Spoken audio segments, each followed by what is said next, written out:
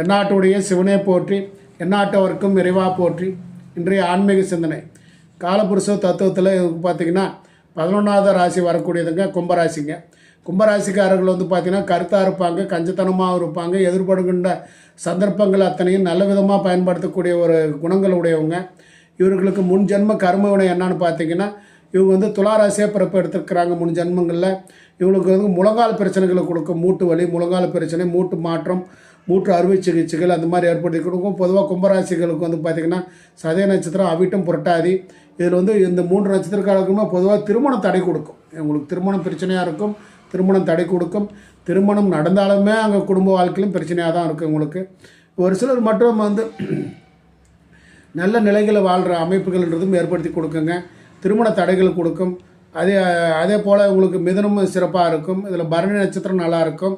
பகல் பொழுது முடிவு எடுக்கணுங்க. கருப்பு நிறம், சிவப்பு நிறங்களை யூஸ் பண்ணிக்கலாங்க. 6, 8 எண்ணெய் அதிர்ஷ்டமான எண்ணெய் யூஸ் பண்ணிக்கலாங்க.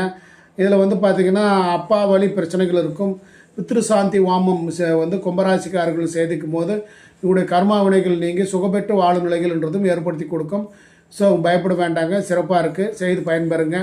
அனைவருக்கும் அனைத்தும் கிடைக்கட்டும். நன்றி, வணக்கம்.